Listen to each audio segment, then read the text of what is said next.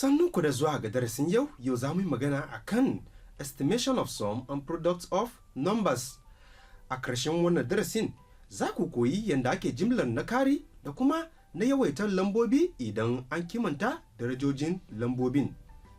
Yin aiki da lambobi, musamman manyan lambobi, muna buƙatar kimantawa darajojin lambobin domin saukin lissafi. Domin yin wannan, za mu nemi kimanin lambobin tambayan da aka bada. Muna iya round off to the nearest 100, 10 ko units. Misali, idan aka ce estimate the value of 198 plus 303.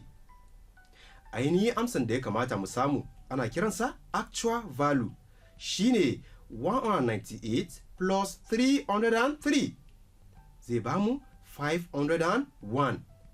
Actual value kenan, wato ainihin amsan da ya kamata mu samu. Amma tun da aka ce estimate value, wannan sai mu ce 198 to the nearest 100 zai bamu 200. 303 to the nearest 100 zai bamu 300. Idan muka hada lambobin nan, muna da 200 plus 300 zai bamu 500. Yanzu nan za mu gan cewa estimated value dabbancinsu da na actual value kadan ne. Babbancin wannan shine daya, wato idan muka ce 501 minus 501 yana kusa da lamban amma ba iri da bane. Idan ba ku manta ba, mu yi magana wannan akan darasin da ya gabata na rounding of numbers. Misali na biyu, idan aka ce estimate the product of 4.7 and 6.4. Ainihin amsan da ya kamata mu samu a wannan shine 4.7 times 6.4 zai bamu 30.08. Wannan shine ainihin amsan da ya kamata mu samu, ana kiransa actual value. Amma tun da aka ce estimate, wannan sai mu ce 4.7 to the nearest unit zai bamu 5. 6.4 to the nearest unit zai bamu 6.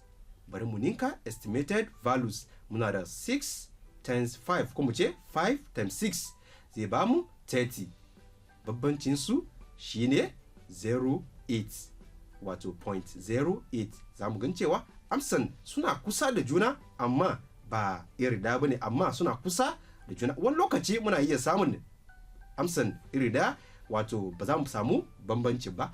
Ana amfani da irin wannan lissafi a wurin da muna shakka akan lambobi. Idan muna da shakka kan kowane lamba, muna iya amfani da irin wannan lissafi. To wannan shine karshen darasin yau. Da fata wannan darasin na da sauki.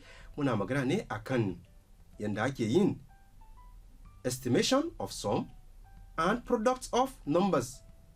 Mun koya muku, mun ce ana iya round off to the nearest 100, 10 ko units.